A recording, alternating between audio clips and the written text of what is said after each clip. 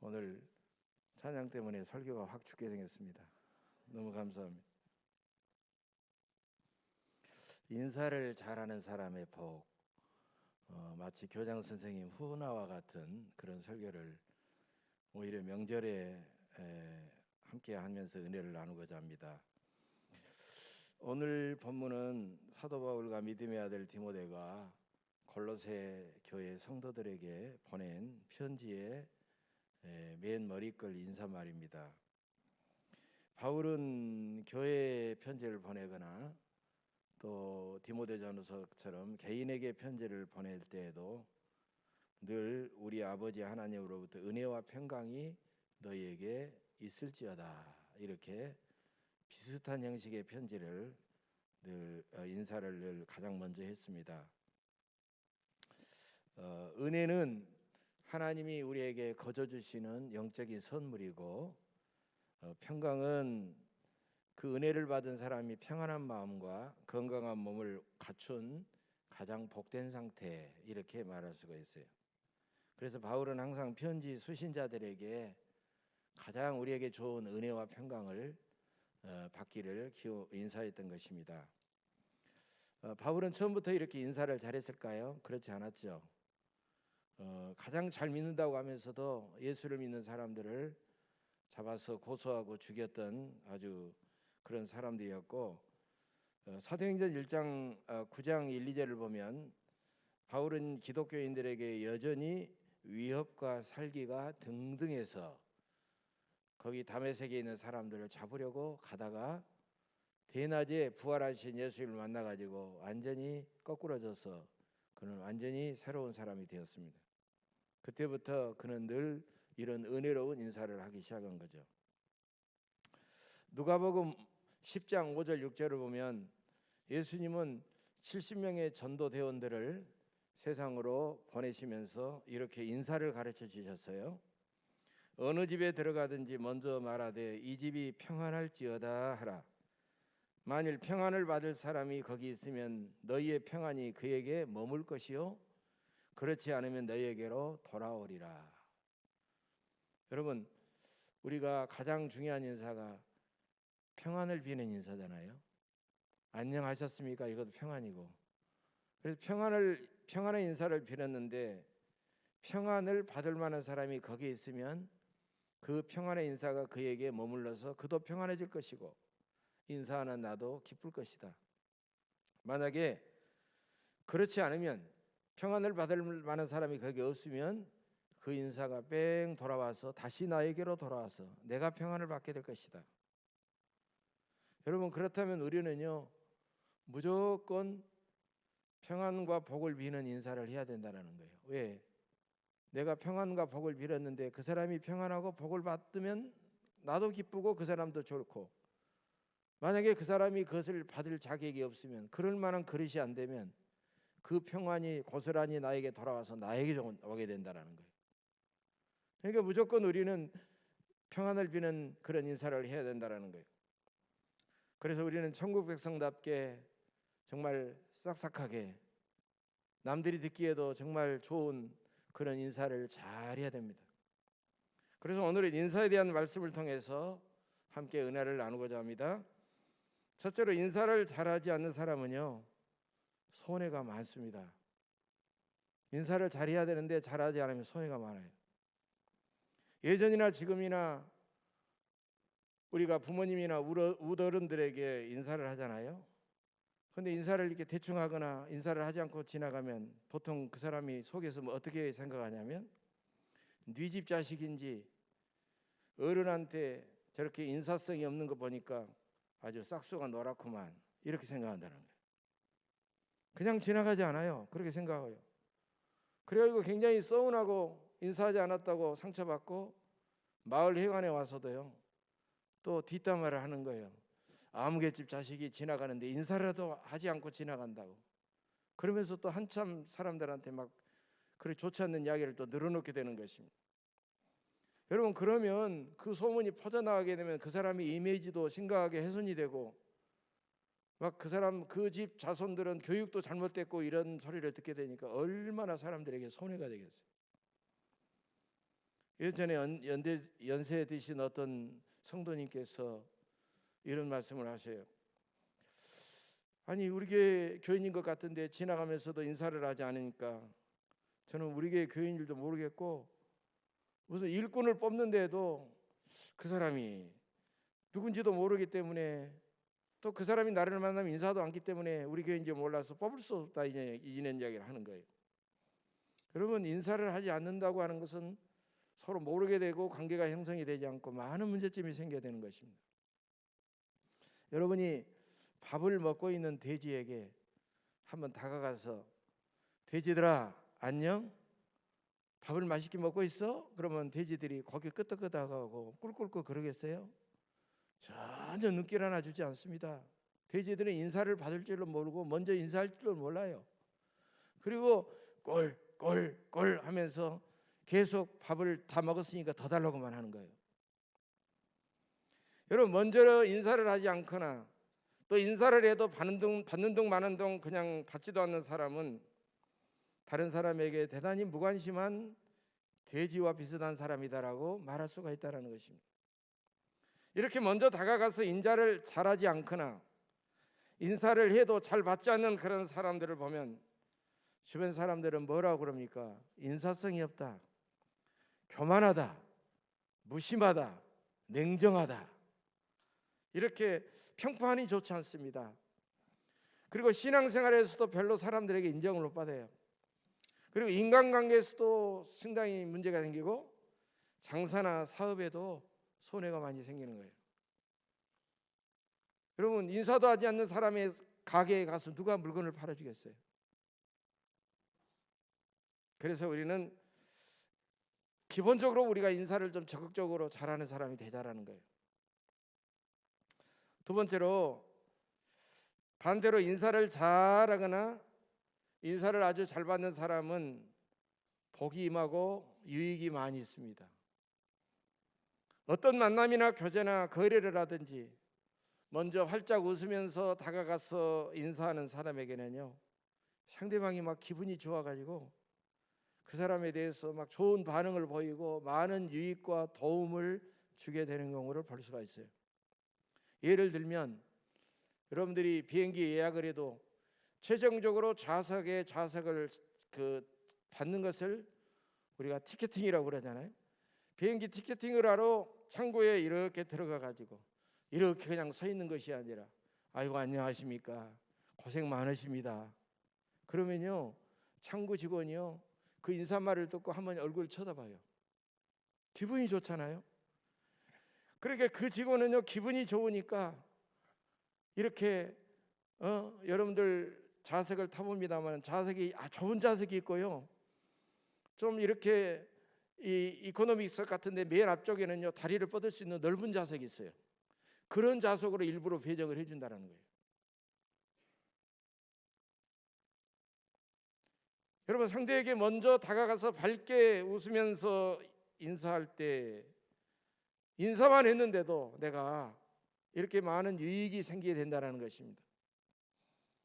1990년대 소련 공산당 서기장이었던 미하일 고르바초프라는 분이 계십니다. 여기에 이제 머리에 이렇게 점이 있고 아주 상당히 유명한 분이잖아요. 우리나라 제주도에도 오셨고, 이 미하일 고르바초프라는 사람은요 인사를 잘해가지고 공산당 서기장까지 올라가는 사람이에요. 고르바초프는 젊은 시절에 이 정부의 관료였는데 온천 휴양지에서 근무를 했습니다. 온천 휴양지에서 20대 말부터 근무를 했어요. 근무를 하면서 중앙당 고위 간부가 오면은요 막 달려가 가지고 깍듯하게 인사를 했어요. 그리고 아주 정성을 다해서 막 이리 뛰고 저리 뛰고 하면서 최선을 다해서 모셨습니다. 그렇게 하면서 거기에 오는 사람들이요, 저 미하일 고르바초프라는 사람이 얼마나 사람이 싹싹하고 인사도 잘하고 한다고 막 소문이 나기 시작하니까 중앙당에서 고위 간부들이 한번 가볼까 하고 이 사람도 오고 저 사람도 왔다는 거예요. 그렇게 가지고 이 사람이 점점 중앙당에서 고위 간부직으로 인정을 받으면서 2계급씩 고속 승진을 하게 되어 가지고 마침내 소련 공산당 서기장이라는 최고 권력의 자리까지 오르게 됐다는 것이에요. 그때까지 여러분 소련이 어떤 나라였어요? 철의 장막이라고 했잖아요. 철의 장막. 그렇게 아주 폐쇄적이었던 소련에 공산당 서기장이 되니까 이 사람은 인사를 잘하고 남에게 행사에 친절하는 그런 습성이 몸에 배가지고 이제 소련도 서방에 대해서 문을 열어야 되겠다 생각을 하게 된 거예요.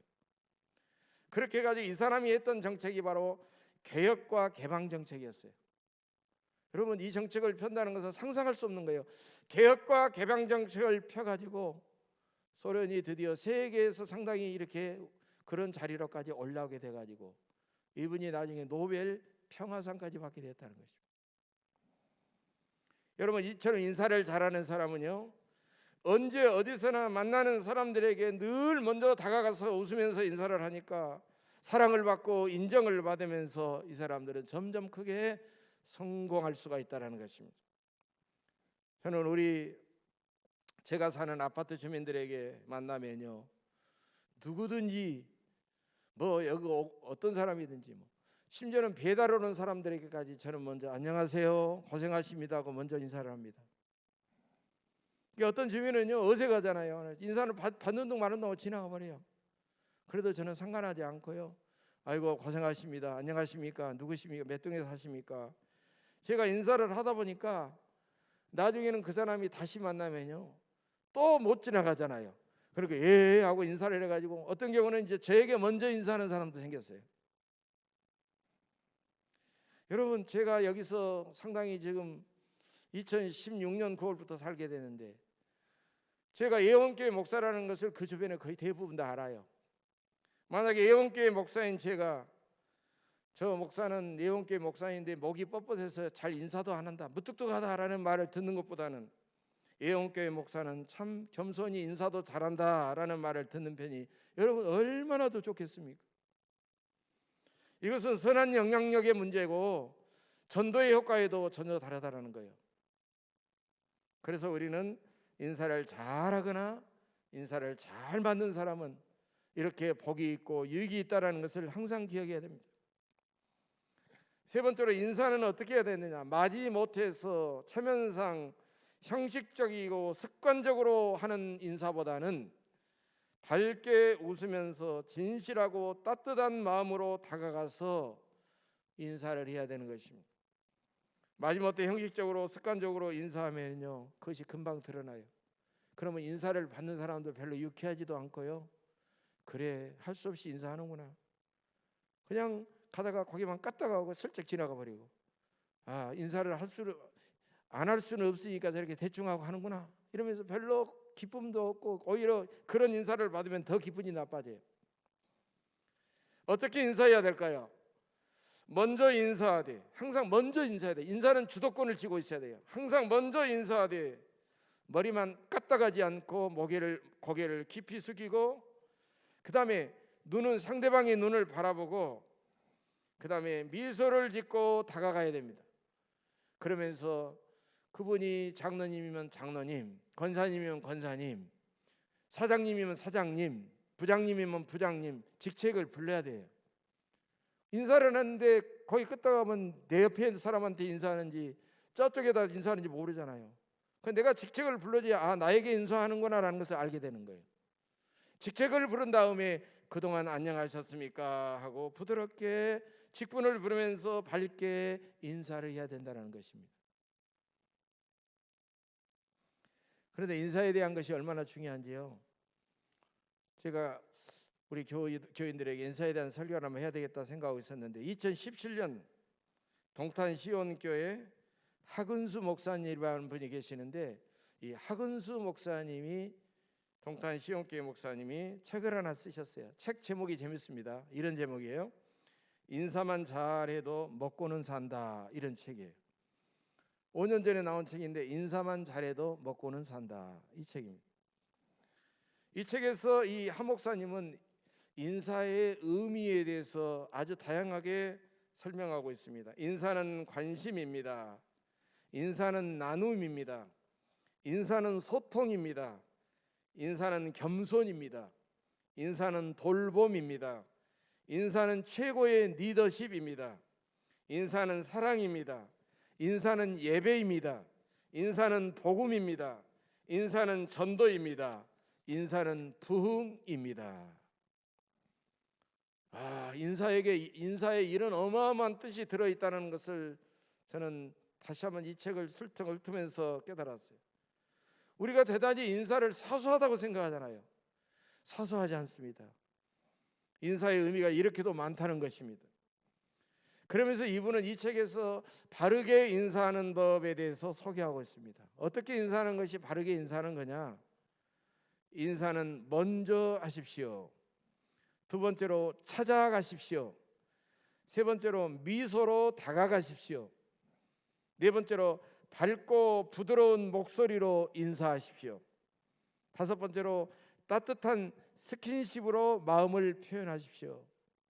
요즘은 코로나 때문에 이렇게 부둥켜 안고 일을 잘 못하지만은 따뜻한 스킨십으로 부드럽게 마음을 표현하는 거예요. 여섯 번째로 마음으로 인사하십시오. 일곱 번째로 대가를 바라지 마십시오. 여덟 번째로 칭찬을 통해 인사를 빛나게 하십시오. 우리가 안녕하십니까 하면 너무 의례적인 인사예요. 요즘 얼굴이 너무 밝고 좋으십니다 한다든지, 최근에 아주 좋은 소식을 들었습니다 한다든지, 이렇게 덧붙이면 굉장히 그 인사가 더 빛나게 된다는 것입니다. 그 다음에 연습을 통해 인사를 완성시키십시오. 누구든지 처음부터 제대로 인사하는 사람이 없어요. 연습을 해야 된다는 겁니다. 그 다음에 열 번째로 시간과 장소를 가리지 않고 인사하십시오. 여러분, 정성이 들어있는 마음과 태도로 하는 인사는요, 그 효과가 이미 사람들에게 검증이 됐습니다. 여러분, 백화점이나 쇼핑몰이나 은행이라든가 이런 곳을 가보면 그 회사의 직원들은요, 어떻게 인사합니까? 앉았다가도 벌떡 일어나서 손님들에게 인사를 하고, 아예 문 앞에서 양줄로 서가지고 가슴에다가 이렇게 손을 얹고 뜨겁게 미소를 지으면서 머리를 숙여가지고 인사를 드리지 않습니까? 그래서 인사는 상품의 매출 효과에도 크게 증대를 가져오기 때문에 인사를 막 빡세게 훈련시키는 회사가 굉장히 많아요. 인사를 제대로 못한다고 빡세게 훈련시키는 거예요. 여러분, 정성과 마음을 다해 먼저 상대방에게 다가가서 미소로 인사를 해서 상대방을 늘 즐겁게 하시기를 간절히 바랍니다. 네 번째로, 가족들 간에도 인사와 예의는 효도와 자녀 사랑과 형제 사랑이다라는 것입니다. 여러분, 친밀한 가족일수록 인사를 잘해야 됩니다. 그리고 친밀한 가족일수록 오히려 기본적인 예의를 갖춰야 됩니다. 가족이라는 익숙함에 속아서 인사와 예의라는 기중함을 잃어서는 안 된다는 것입니다. 가장 먼저 여러분, 출필고 반필면을 지켜야 됩니다. 출필고 반필면, 즉 외출할 때는 가족들에게 내가 가는 것을 꼭 알려주고, 그 다음에 모든 것을 마치고 돌아와서는 가족들에게 내 얼굴을 보여주는 것이요, 출필고 반필면입니다. 여러분, 자녀가 부모에게만 그러는 게 아니에요. 갑자기 부모가 어디 간단 말도 없이 사라져버려 자녀는 얼마나 불안하겠습니까? 부모는 자녀에 대해서도 그래야 되고, 성도 배우자끼리도 그래야 되고, 늘 가는 것을 알려줘야 되는 거예요. 이게 사랑이라는 것이.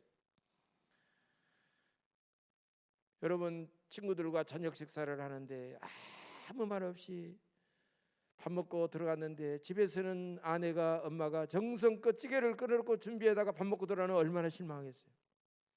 미리 여보 나 밥 먹고 들어갈게, 엄마 나 밥 먹고 들어갈게, 먼저 전화 한 통이면 얼마나 주부가 마음이 편안하겠습니까? 친밀한 가족도 서로 각자의 생활 공간을 지켜줘야 됩니다. 서로 각자가 써야 될 시간을 존중히 여겨야 됩니다. 서로 자기가 가지고 있는 소유물을 함부로 침범해서는 안 됩니다. 그래서 서로 존중히 여기고 예의 바르게 행동해야 된다는 것입니다. 효도는 부모님에 대한 자녀의 기본적인 인사와 예의이고, 자녀 사랑은 자녀에 대한 부모의 기본적인 인사와 예의이고, 형제 사랑도 형제, 자매, 남매들에게 대한 기본적인 인사와 예의라는 것입니다.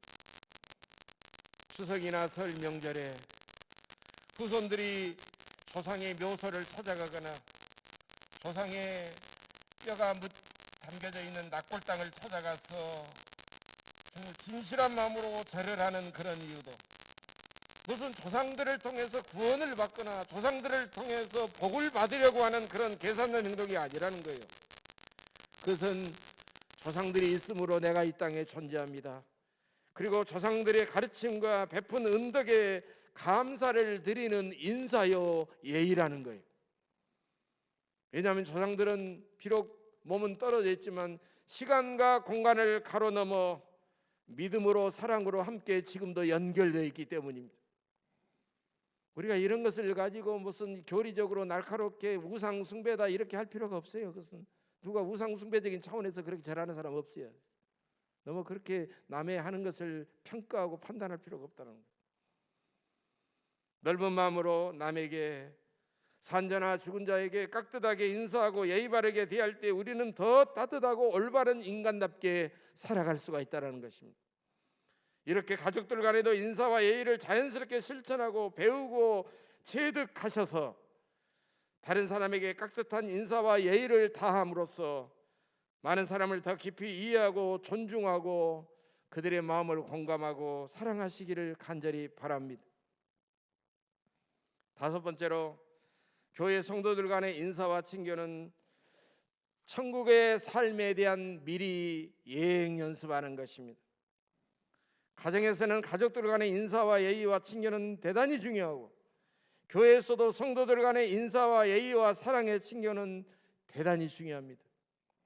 그래서 신앙 고백인 사도신경에서도 성령을 믿사오며 라고 고백한 다음에 거룩한 공예와 성도가 서로 교통하는 것을 고백하고 있습니다.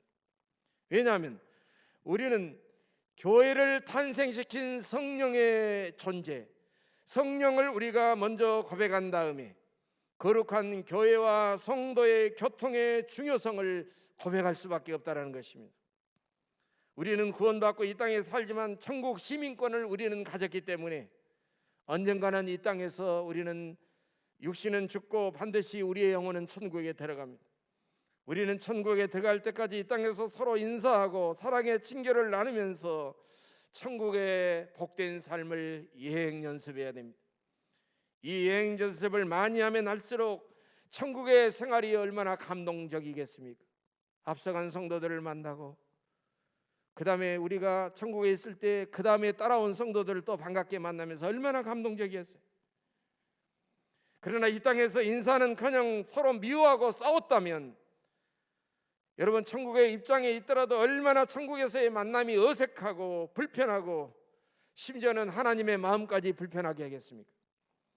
그러므로 여러분은 장차 천국에서도 반갑고 따뜻하게 인사와 교제를 나눌 수 있도록 우리 예언교회를 인사와 사랑의 친교가 넘치는 천국 같은 교회로 만드시기를 간절히 바랍니다. 여섯 번째로 우리는 하나님께 인사와 예의를 다하는 그런 성도가 되어야 됩니다. 우리는 명절에 고향 가는 길이 아무리 힘들어도 평소에 3시간, 4시간 걸리는 길이 10시간, 12시간 걸려서 가잖아요. 정말 어렵죠. 그러나 우리는 그날을 기다렸다가 힘들어도 부모님께 인사드리기 위해서 고향을 그렇게 꾸역꾸역 찾아갑니다.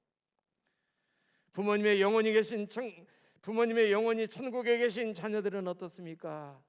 비록 고향 땅에 육신으로는 만날 수 없어도 묘지를 찾아가고 낙골당을 찾아가서 그 앞에 인사드릴 것입니다. 성도들도 아버지 하나님을 계속 찾아뵙고 인사를 해야 된다는 것입니다. 이것이 교회당에서 드리는 예배입니다.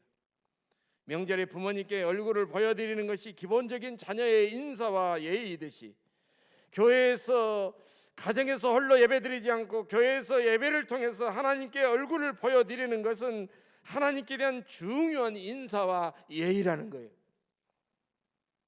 저는 몇 년 전에 여의도 순복음교회를 잠깐 방문할 기회가 있었는데 여의도 순복음교회 1층에는요 국제관이라는 것이 있어요. 국제관 입구에 큰 액자가 걸려 있는데 인상 깊은 글씨를 봤습니다. 이런 내용이었어요.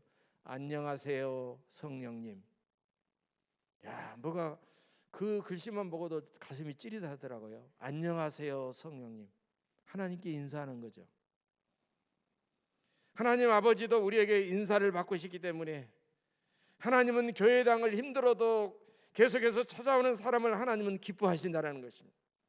시편 122편 6절 이하입니다. 예루살렘을 위하여 평안을 구하라. 예루살렘을 사랑하는 자는 형통하리로다. 내 성 안에는 평안이 있고 내 궁중에는 형통함이 있을지어다.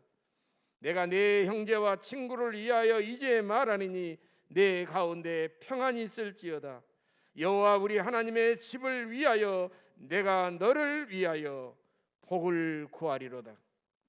하나님은 하나님을 사랑하여 예루살렘 성전으로 인사하러 일부러 찾아오는 사람에게 평안과 형통함과 복을 내려주신다는 것입니다. 우리가 드리는 모든 예배 순서는 하나님께 드리는 인사요, 하나님은 인사를 잘하는 성도를 사랑하고 기뻐하십니다. 인생을 참으로 복되게 사는 방법은 늘 매사에 인사를 잘하며 살아가는 것입니다. 푸주간에서 고기를 파는 백정은 사람 대접도 받지 못하던 조던 시대에 어떤 푸주간에 2명의 손님이 차례차례 들어왔습니다. 먼저 들어온 손님은 예의도 없이 푸주간 주인을 향하여 거친 말투로 이렇게 명령했습니다. 야 백정, 고기 한 근 대량해. 예, 푸주간 주인은 정확하게 한 근을 딱 달아가지고 여기 있습죠 하고 그렇게 내놨어요. 그런데 그 다음 손님은 예의 바른 말투로 이렇게 말합니다. 박서방, 고생이 많소. 고기 한 근만 주세요. 이랬어요. 그러자 푸주간 주인은 그 손님에게 한 근이 아니라 거의 한 근 반, 2근이 가까울 정도로 너 큰 고기를 썰어가지고 내놨어요. 얼른 보더라도 엄청난 차이가 있었어요. 그러자 먼저 온 손님이 화를 내면서 아니 이놈아, 똑같은 한 근인데 왜 이렇게 달라? 그러면서 백정을 향하여, 그 푸주간 주인을 향하여 아주 날카롭게 쏘아보고 있었어요. 그러자 이 푸주간 주인은 이렇게 말합니다. 예 어르신께 드린 한 근은 백정이 드린 한 근이고 저 어르신께 드린 한 근은 박서방이 드린 한 근입죠. 이렇게 대답을 했습니다. 여러분, 우리가 내가 얼마만큼 인사를 잘하고 예의를 갖추고 따뜻하고 친절하게 대하느냐에 따라서 나에게 돌아온 반응은 정확하게 일치한다고 하는 것입니다. 인사를 예의 바르게 잘하는 사람은 대단히 자비롭고 친절한 사람입니다. 여러분, 자비라는 말은 헬라어 언어로 크레스토테스라고 해요. 크레스토테스. 근데 예수 그리스도 했을 때 헬라어는 뭐냐? 지저스 크라이스트, 지저스 크리스토스, 크리스토트라는 말이에요. 그러니까 크레스토테스와 크리스토트라는 말은 거의 얼른 들으면 거의 똑같은 말로 들리죠. 구별이 되지 않아요. 무슨 뜻일까요? 초대 예루살렘 교회 당시 사람들은 크리스토테스와 크리스토스를 구별 없이 사용했다는 것입니다. 예수를 그리스도로 믿는 사람들은 친절한 사람, 자비로운 사람이라는 그런 뜻이었어요. 그래서 심지어 예수를 믿지 않는 세상 사람들도 예수님은 어떤 분이냐, 인간에 대해서 가장 자비롭고 친절하신 분, 예수를 믿는 사람들도 다른 사람에 대해서 가장 자비롭고 친절한 사람들이다라는 거예요. 그랬을 때 만약 그리스도인들이 만약에 무뚝뚝하거나 친절하지 않는다고 하면 이상하게 생각하면서 왜 당신은 기독교인이면서도 친절하지 않나요? 자비하지 않나요? 그렇게 의아하게 생각을 했다는 것이죠. 여러분, 우리는 인사를 먼저 예의 바르게 함으로써 자비와 친절을 사람들에게 행하고 주변 사람들은 자비와 친절로 그 사람에게 보답해 준다는 것입니다. 인사를 잘하는 사람은 영적으로나 사회적으로나 인간관계에서 대단히 원만하고 수준 높은 삶을 살아가는 사람입니다. 가장 먼저 우리 하나님께 예배를 통하여 인사를 잘 하시기를 바랍니다. 또 모든 성도들에게도 인사를 잘 하시기를 바랍니다. 또 믿지 않는 이웃이나 심지어는 다른 종교인들에게도 우리는 인사를 잘하시기를 바랍니다. 사람들 대부분은 인사를 잘하는 사람을 호감을 갖고 좋아하고, 하나님도 인사를 잘하는 사람을 사랑하셔서 그 사람을 평안하고 형통하게 하시고 큰 복을 내려주실 줄로 믿습니다. 이 시간 설교를 했으니까 한번 실습 한번 해보겠습니다. 제가 30초를 드릴 테니까 이 시간 여러분들이 한번 일어서셔서 주변에 돌아다니면서 이렇게 인사하십시다. 은혜와 평강이 충만하시기를 빕니다. 은혜와 평강이 충만하시기를 빕니다. 자, 30초 동안 다니면서 한번 인사하십시다. 은혜와 평강이 충만하시기를 빕니다. 은혜와 평강이 충만하시기를 빕니다. 예. 은혜와 평강이 충만하시기를 빕니다. 감사합니다. 아이고, 감사합니다.